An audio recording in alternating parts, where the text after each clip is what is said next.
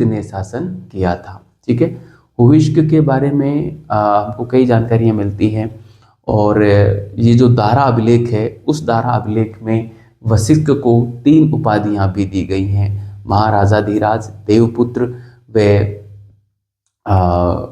केसर scissor. ठीक है, केसर scissor की उपाधि भी दी गई है। तो यह बात मिलती है इसके बारे में, और ज़्यादा कुछ है नहीं बस। ठीक है, 3-4 बातें हैं, फिर मैं आ जाऊंगा सीधा हुविश्क पर आ जाऊंगा। सह शासक के रूप में हुविश्क ने काम किया। तो हुविश्क के बारे में जानकारी प्रदान हमको कई अभिलेख करते हैं। आयातक अभिलेख है, खुलसेत अभिलेख है ना, दोनों ही गंधार से मिले हैं, सॉरी लद्दाख से मिले हैं, गंधार से नहीं। और एक वर्धक का अभिलेख है जो पाकिस्तान से मिला है। तो इस प्रकार से 3 अभिलेख हैं, सॉरी वर्धक का अभिलेख पाकिस्तान से नहीं, अफगानिस्तान से मिला है। हाँ, अफगानिस्तान से मिला है। ठीक है, इसके अलावा हुविश्क के कुछ सिक्के भी मिले हैं, जिन सिक्कों पर विभिन्न देवी देवताओं का अंकन मिलता है। तो वो सारी चर्चा हम करेंगे।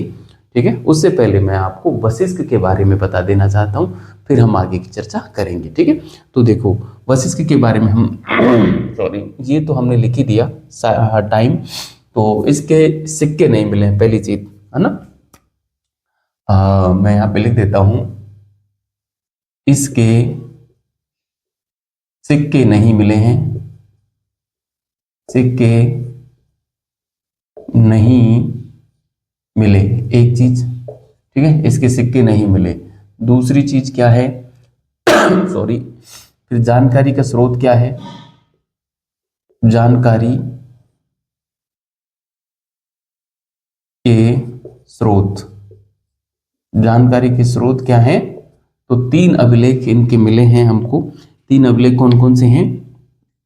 3 अभिलेखों की मैं चर्चा करूं तो एक तो हो जाएगा हमारा सांची का, सांची, एक हो जाएगा मथुरा, और एक हो जाएगा ईसापुर।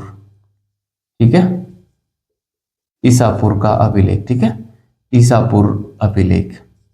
तो ये 3 अभिलेख हैं जो वशिष्ठ के बारे में सॉरी जानकारी देते हैं। ऐसा माना जाता है कि ईसापुर का अभिलेख संस्कृत का है, लेकिन अभी बात प्रमाणित नहीं हो पाई है। ठीक है, जब हमारा जो पुरातत्व विभाग है वो ठप्पा लगा देगा कि वास्तव में यह अभिलेख संस्कृत भाषा का है, तो यह संस्कृत भाषा का प्राचीनतम अभिलेख हो जाएगा। अभी संस्कृत भाषा का प्राचीनतम अभिलेख कौन सा है? जूनागढ़ अभिलेख है। मैं यहाँ पे नोट डाल के लिख सकता हूँ, नोट डाल के लिख सकता हूँ कि जो जूनागढ़ अभिलेख है, जूनागढ़ अभिलेख, जूनागढ़ अभिलेख जो है यह संस्कृत भाषा का प्राचीनतम अभिलेख माना जाता है ना। संस्कृत भाषा का प्राचीनतम अभिलेख, प्राचीनतम अभिलेख। ठीक है, ये माना जाता है। ठीक है सॉरी, यह बात आपको ध्यान रखनी है। दूसरी बात इसके बारे में क्या है कि इसने कश्मीर में एक जुस्कपुर शहर बसाया था ना। तो वशिष्ठ ने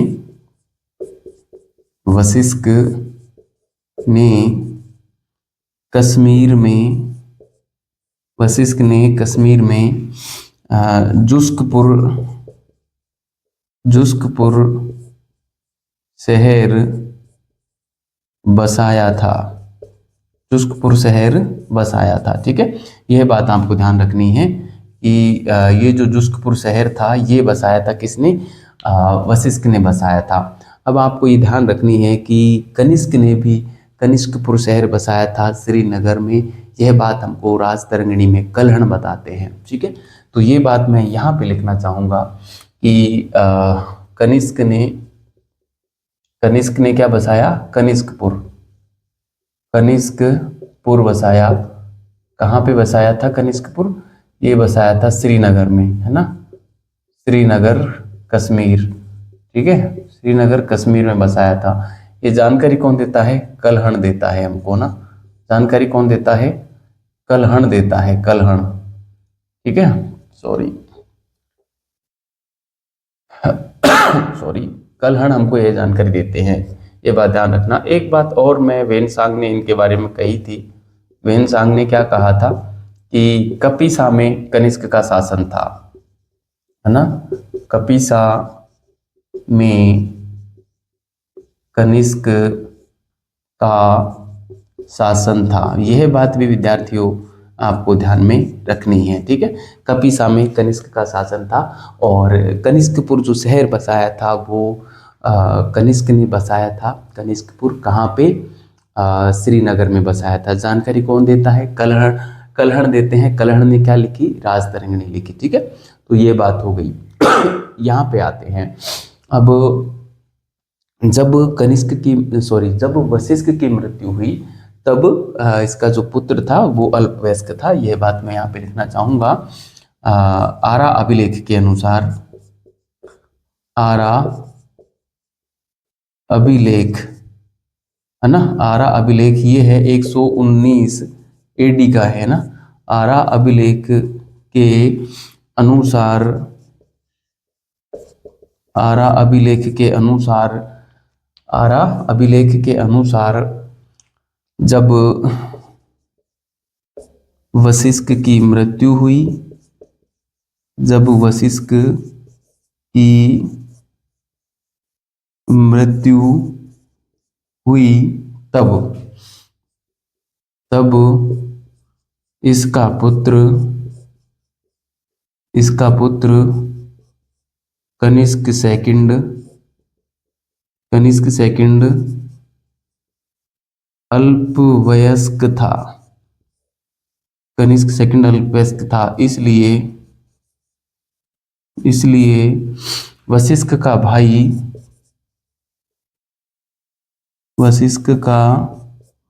भाई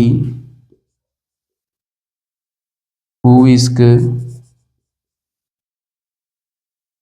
सह शासक बना।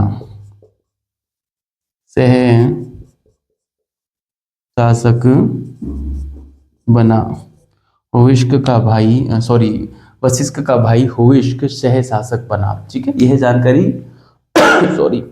आरा अभिलेख हमको देता है, ठीक है। आरा अभिलेख में, इस अभिलेख में वशिष्ठ को 3 उपाधियां भी दी गई हैं। यह बात भी मैं नीचे लिखना चाहूंगा।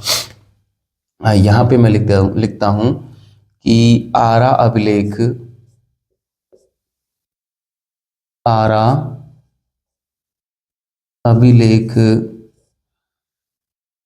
वशिष्ठ को निम्नलिखित उपाधियां देता है। निम्नलिखित उपाधियां देता है। देखो क्या क्या देता है। एक तो देता है महाराजाधिराज की देता है, ठीक है। महाराजाधिराज की देता है। दूसरी जो उपाधि देता है वो यहाँ पे मिलती है, महाराजाधिराज के अलावा एक देवपुत्र की मिलती है ना। किसकी? देवपुत्र की मिलती है, ठीक है। देवपुत्र की मिलती है। और एक जो मिलती है वो मिलती है केसर सीजर की, ठीक है। केसर सीजर की जो उपाधि है वो मिलती है। तो ये 3 उपाधियां बड़ी महत्वपूर्ण हैं, पूछी जा सकती हैं। बढ़िया तरीके से आपको याद रखना है साथियों, ठीक है। तो ये वशिष्ठ के बारे में जो जानकारी थी ये यहाँ पे पूरी होती है। वशिष्ठ के बाद सह शासक के रूप में हुविष्क शासक बनेगा। तो मैं अब हुविष्क लिखता हूँ। हुविष्क के बारे में हम पढ़ेंगे। 106 से और 138 ईस्वी तक हुविष्क ने शासन किया, ठीक है। तो हुविष्क के बारे में जो बातें हैं वो हम करेंगे। आप इसको बढ़िया तरीके से उतारें। मैं इसको मिटा रहा हूँ और फिर हम जो है आगे की बात करने वाले हैं, ठीक है। मैं इसको मिटा देता हूँ। ये आपने बढ़िया तरीके से उतार लिया होगा, ये मुझे पूरा यकीन और विश्वास है, ठीक है। और आप विद्यार्थियों बार बार पढ़ना इसको, तो सब कुछ ठीक हो जाएगा। आपकी चाहे किस भी लेवल का पेपर क्यों न हो, आप आसानी से पास कर लेंगे। इतना बस मेरे पे विश्वास रखना, मेरे इस कंटेंट पे विश्वास रखना, क्योंकि नेट हो, शेट हो, प्रोफेसर हो, किसी भी लेवल के एग्ज़ाम हो, आसानी से आप इस कंटेंट को पढ़कर और पास कर सकते हैं, ठीक है। तो चलिए अगला जो शासक है हुविश्क पढ़ेंगे हम। अगले शासक कौन पढ़ेंगे? हुविश्क पढ़ेंगे, ठीक है। हुविश्क हुविश्क का जो शासनकाल है 106 से 138 एडी तक रहेगा, ठीक है। हुविश्क का शासनकाल 106 से 138 एडी तक रहेगा, ठीक है। इनके सिक्के भी मिले हैं और इनके अभिलेख भी मिले हैं। अभिलेखों में मैं बात करूं तो आयातक है और सॉरी खलसेत का अभिलेख है, आयातक का है और वर्धक का है ना, ये है, ठीक है। तो देखो अभिलेख, इनकी जानकारी के स्रोत की मैं बात कर लेता हूं। जानकारी के स्रोत की बात करूं तो उसमें अभिलेख आएंगे सबसे पहले। अभिलेख है ना, अभिलेख में 3 अभिलेख हमारे प्रमुख रूप से यहाँ पे हैं। तीनों का मैं थोड़ा अलग कलर के पेन से लिख देता हूँ। देखो 3 में एक तो है हमारा आयातक अभिलेख, आयातक अभिलेख, ठीक है, आयातक अभिलेख। दूसरा है हमारा खलसेत अभिलेख, खलसेत अभिलेख, ठीक है। और तीसरा जो है वो है हमारा वर्धक अभिलेख, वर्धक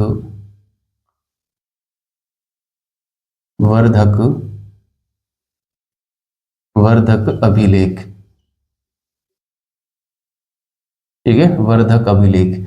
ये 3 अभिलेख प्रमुख रूप से हैं इनके, ठीक है। और जिनसे हमको इसके काल की जानकारी हमको मिलती है, ठीक है।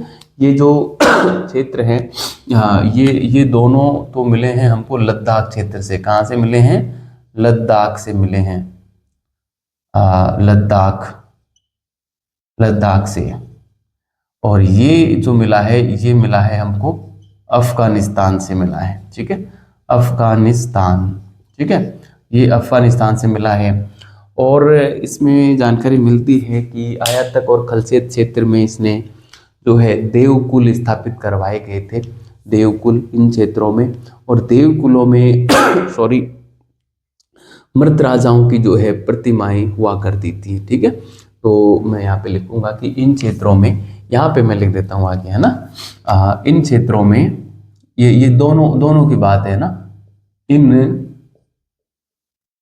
क्षेत्रों में, इसको थोड़ा ठीक लिख देते हैं, इन क्षेत्रों में देवकुल स्थापित करवाए गए थे, देवकुल स्थापित करवाए गए थे, जिनमें मृत राजाओं की प्रतिमाएं होती थी,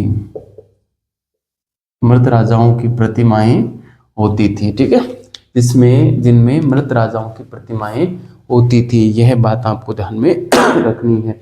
इसके अलावा इनके कुछ सिक्के भी मिले हैं, क्योंकि इनके सिक्कों पर जो ब्राह्मण देवी देवता हैं उनकी प्रतिमाएं, उनका अंकन अधिक हुआ है। इससे ऐसा निष्कर्ष निकाला जाता है कि हुविश्क जो थे, इनका जो झुकाव था वो ब्राह्मण धर्म की ओर अधिक था, ठीक है। तो यह बात भी मैं यहाँ पे लिखना चाहूँगा। दूसरे नंबर पे जो है मैं यहाँ पे लिखना चाहूँगा,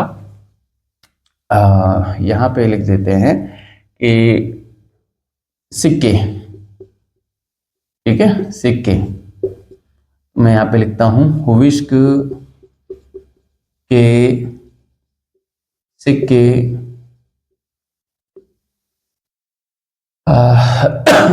हुविश्क के सिक्के यह जानकारी देते हैं कि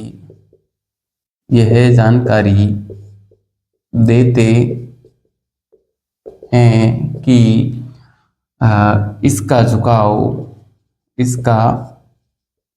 झुकाव ब्राह्मण धर्म की ओर था, ब्राह्मण धर्म की ओर था। इसका झुकाव ब्राह्मण धर्म की ओर था। इसका झुकाव जो था वो ब्राह्मण धर्म की ओर था। ठीक है, यह बात आपको ध्यान में रखनी है। और इस कारण, है ना, और ऐसा कैसे माना जाता है? क्योंकि क्योंकि क्योंकि इनके सिक्कों पर देखो, क्योंकि एक नंबर पे मैं लिखता हूं इसके सिक्कों पर, क्योंकि इसके सिक्कों पर जो है सॉरी, क्योंकि इसके सिक्कों पर किसका अंकन मिलता है? शिव का अंकन मिलता है ना। शिव जिसके हाथों में डमरू और त्रिशूल दिखाए गए हैं ना, त्रिमुखी शिव का भी अंकन हुआ है ना। इसके अलावा जो है सॉरी, स्कंद स्वामी का अंकन है, कुमार का या कुमार कार्तिकेयन का अंकन मिलता है ना। ये सारी चीजें यहाँ पे मिलती हैं। साथ ही साथ में जो पशुपति शिव का अंकन भी मिलता है। इस प्रकार हम देखते हैं कि पशुपति शिव के प्राचीनतम अंकन वाले सिक्के भी इसी के हैं। ठीक है, तो ये सारी चीजें हमको यहाँ पर मिल जाती हैं, क्योंकि इनके सिक्कों पर शिव का अंकन हाथ में त्रिशूल व डमरू लिए दिखाया हुआ है। डमरू लिए हुए किया गया है, पहली चीज, है ना। साथ में ही दूसरी बात, दूसरा क्या अंकन है कि यहाँ पे उमा पार्वती का अंकन भी मिलता है। उमा पार्वती का अंकन नंबर 2। नंबर 3 जो है वो ये है कि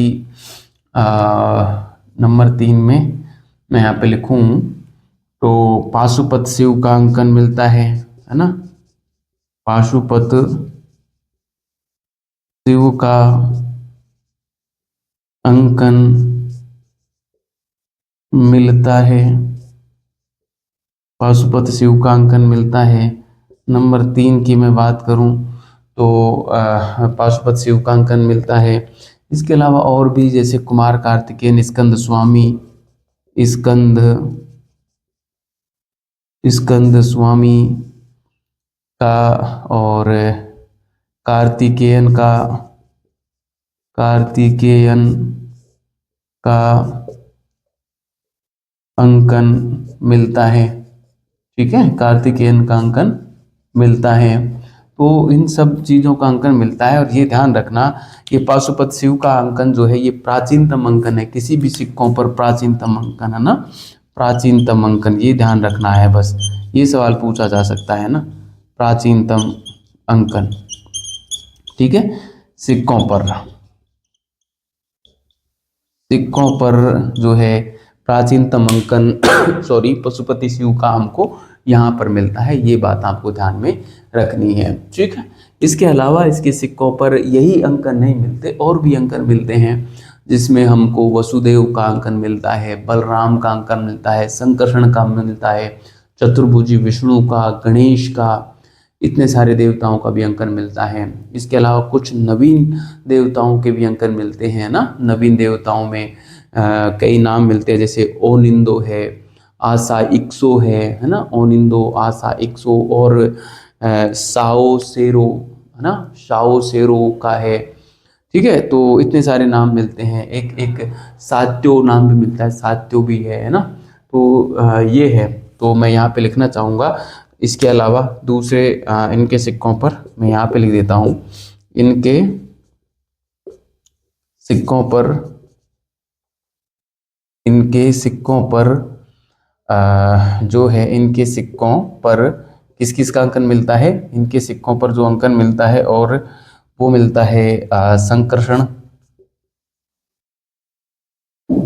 संकर्षण बलराम, संकर्षण बलराम, वसुदेव, वासुदेव, है ना, संकर्षण बलराम वासुदेव, चतुर्भुजी विष्णु, चतुर्भुजी विष्णु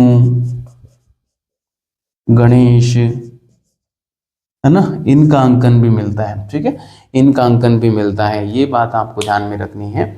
इसके अलावा कुछ नवीन देवी देवता, है ना, मैं तीसरे नंबर पे यहाँ पे लिख रहा हूँ नवीन देवी देवता। ठीक है, नवीन देवी देवता। ठीक है, नवीन देवी देवता में क्या क्या हैं, मैं अलग कलर की पेन से लिख देता हूँ। नवीन देवी देवता में जैसा कि मैंने अभी आपको नाम बताया था, जैसे आशा इक्सो है ना, आशा इक्सो है, ओनिंदो है ना, आशा इक्सो है, ओनिंदो है, साओ सेरो है, सात्यो है ना, साओ सेरो सात्यो, ये सब आते हैं ना। जैसे साओ सेरो है, ठीक है, साओ सेरो है, आशा इक्सो है ना, ओनिंदो है, ओनिंदो है, ठीक है, सात्यो है। तो ये सारे नाम मिलते हैं विद्यार्थियों। आप हो सकता है ये कट जाएं, तो मैं बोल रहा हूँ उसके आधार पे लिख लेना, आपको पूरा समझ में आ जाएगा। ठीक है, तो इस प्रकार से एक नवीन देवी देवताओं का अंकन भी इसके समय में हुआ है। तो सॉरी, इस प्रकार से जब इतने सारे देवी देवताओं का अंकन इसके सिक्कों पर मिलता है, तो ऐसा अनुमान लगाया जाता है कि हुविष्क जो था वो ब्राह्मण धर्म का अनुयायी था। ठीक है, और हुविष्क के हमको 6 रजत मुद्राएं प्राप्त हुई हैं, है ना, 6 रजत मुद्राएं प्राप्त हुई हैं। इसके समय सोने और चांदी के सिक्कों का जो अनुपात था वो 1:14 था, यह भी हमको ध्यान में रखना है। ठीक है, इसके अलावा और भी इसकी जानकारी के साधन के रूप में कुछ स्मारक हैं, कुछ स्थल हैं। ठीक है, जैसे इसके समय में जो प्रशासन के जो केंद्र हुआ करते थे वो 2 हुआ करते थे, एक पुरुषपुर जो वर्तमान का पेशावर है, और एक मथुरा। मथुरा को इसी ने अपने प्रशासन का केंद्र बनाया था, और मथुरा में एक सुंदर विहार भी इसने बनाया था। ठीक है, मथुरा में एक सुंदर विहार भी इसने बनाया था। इसके अलावा इसने कश्मीर में एक विहार भी बनाया था, देवपुत्र विहार भी बनाया था। ठीक है, तो ये सारी बातें मैं लिखूंगा अगली स्लाइड पे, मैं इसको मिटा रहा हूँ, आप इसको उतारो बढ़िया तरीके से। विद्यार्थियों, यहाँ से बाहर सवाल नहीं जाएगा, फिर कह दे रहा हूँ, क्योंकि मैं काफ़ी डिटेल में आपको जानकारी दे रहा हूँ। इससे ज़्यादा जानकारी आपको लेने की आवश्यकता नहीं है, आप इसी को बार बार पढ़ना, पिछले साल के पेपरों से भरपूर प्रैक्टिस करना, और अंत में कोई टेस्ट सीरीज ज्वाइन कर लेना।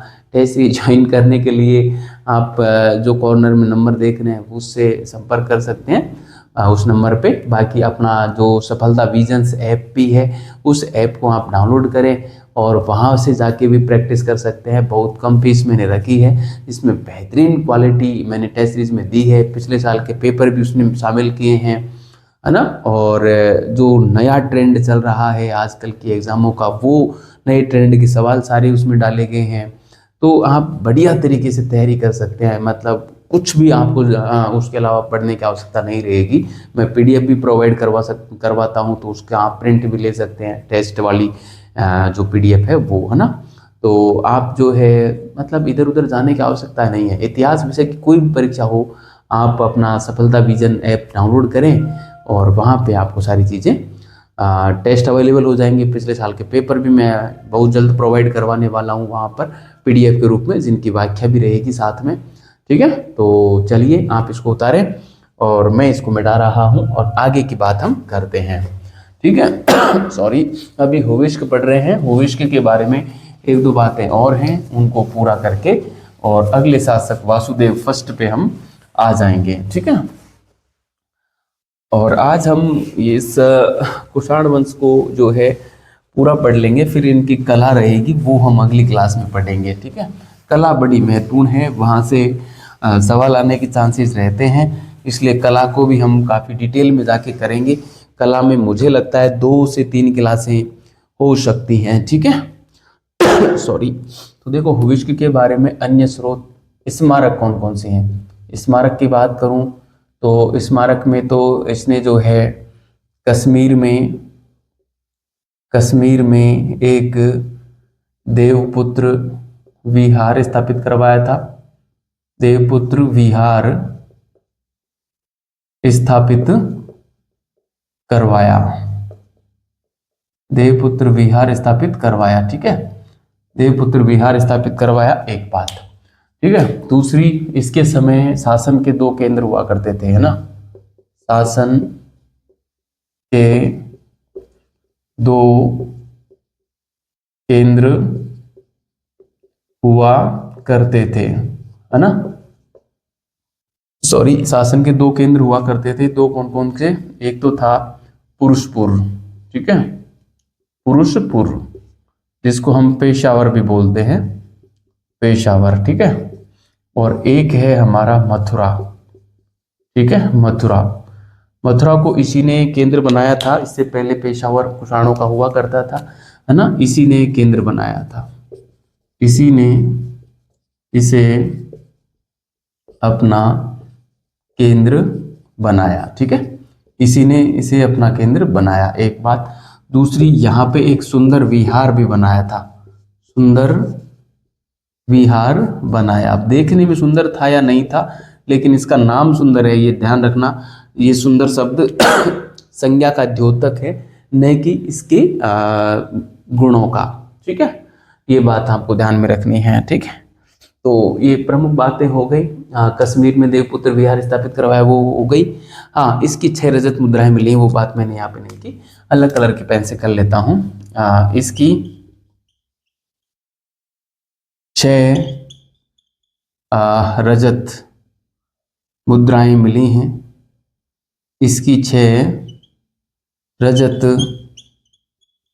मुद्राएं मिली हैं, है ना, इसकी 6 रजत मुद्राएं मिली हैं। इस समय सोने व चांदी की मुद्राओं का अनुपात, ठीक है, क्या अनुपात था? 1:14 था। ठीक है, सॉरी, इस समय सोने व चांदी की मुद्राओं का जो अनुपात था वो 1:14 का था। यह बात आपको बढ़िया तरीके से ध्यान में रखनी है। ठीक है, तो ये थे प्यारे साथियों हमारे हुइस्क। हुइस्क हमारे यहाँ पे पूरे होते हैं। हुइस्क के बाद में अगले जो शासक बनेंगे वो बनेंगे कनिष्क, सॉरी, वासुदेव फर्स्ट। ठीक है, वासुदेव फर्स्ट के बारे में ज़्यादा कुछ जानकारी हमको ऐसे मिलती नहीं है। 138 में इसका शासन समाप्त होता है। उसके बाद 178 एडी तक वो चलता है। शासन कार्य, वैसे इसका जो कार्यकाल कोई पूछता नहीं है, बस इनके बारे में कुछ बेसिक सी जानकारियां हैं वो पूछते हैं, ज़्यादा नहीं पूछते।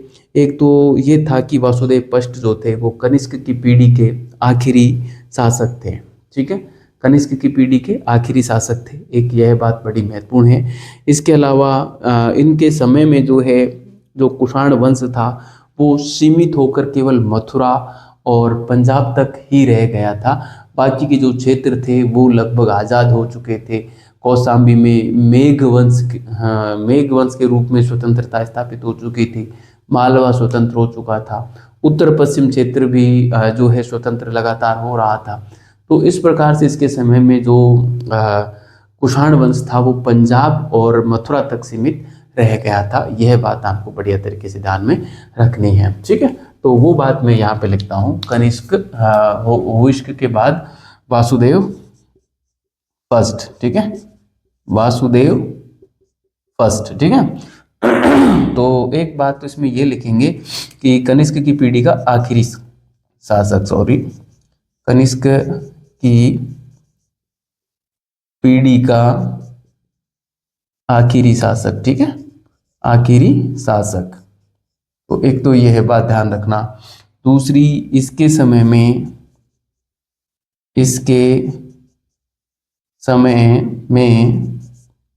कुषाण सत्ता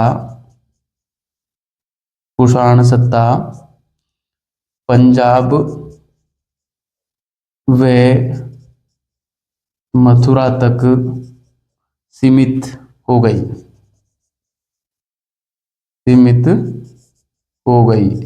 ठीक है, और क्षेत्र स्वतंत्र हो गए। जैसे इसमें कौशाम्बी में मेघ वंश स्थापित हो गया था।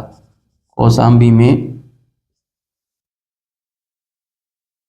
मेघ वंश स्थापित हो गया था। ठीक है, इसके अलावा और भी क्षेत्र जो है, मालवा स्वतंत्र हो गया था, ध्यान रखना, मालवा स्वतंत्र हो गया था ना।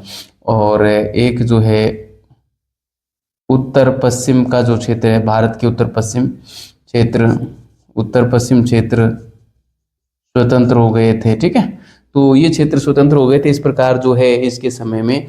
और जो कुषाण सत्ता थी वो सीमित हो गई थी, बिल्कुल सीमित हो गई थी। ठीक है, इसके बाद जो शासक बने कनिष्क, कनिष्क थर्ड शासक बने, और कनिष्क थर्ड के बाद जो शासक बने वो बने वसुदेव सेकंड, है ना।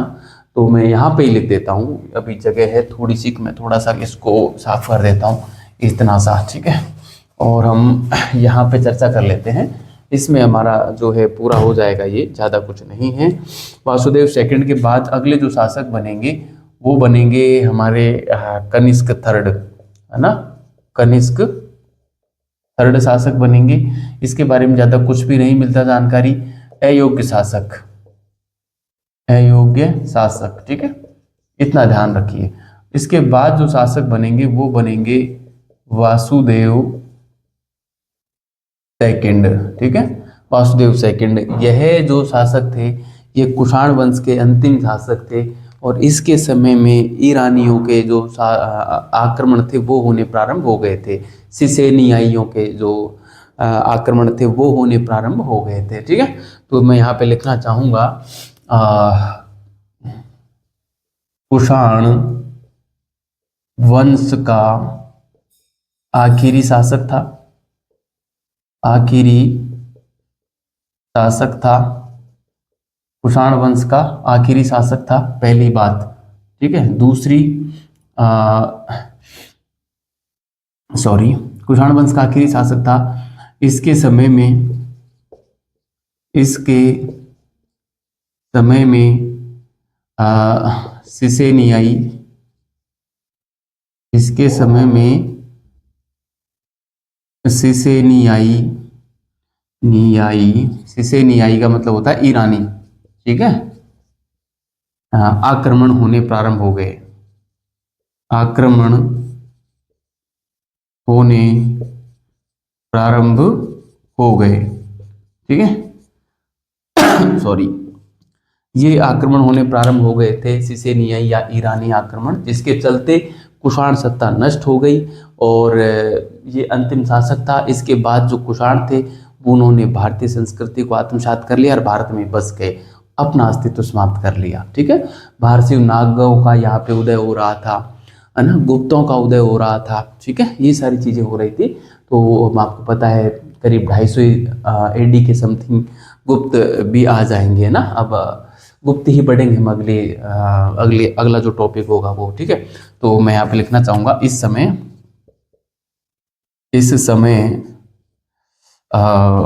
भारसिव नागों का वे गुप्तों का उदय हो रहा था। ठीक है, भारतीय नागों का व गुप्तों का उदय हो रहा था, यह बात आपको ध्यान में रखनी है। ठीक है, इस समय भारतीय नागों का व गुप्तों का उदय हो रहा था। कुषाण सत्ता लगभग समाप्त हो गई, शेष कुषाण जो थे कुषाण सत्ता समाप्त हो गई, सत्ता समाप्त हो गई। और शेष कुषाण जो थे, शेष कुषाणों ने भारतीय संस्कृति को आत्मसात कर लिया। ठीक है, आत्मसात कर लिया, और इस प्रकार से कुषाण जो है अपना अस्तित्व खो बैठे। ठीक है, तो ये था प्यारे साथियों, कुषाण वंश हमारा पूरा हुआ। अगली क्लास में हम जो पढ़ेंगे वो पढ़ेंगे कुषाणों की जो कला है वो पढ़ेंगे, जिसमें गांधार कला, मथुरा कला, अमरावती कला बड़ी महत्वपूर्ण कला है। और इसके अलावा और भी जो इनकी कला में आता है वो सब पढ़ेंगे। हम कुषाण कला कहें या उसको मौर्योत्तर कला कहें, एक ही बात है, ठीक है। तो आप इसको बढ़िया तरीके से तैयार कीजिए विद्यार्थियों। मिलते हैं अगले क्लास में। धन्यवाद।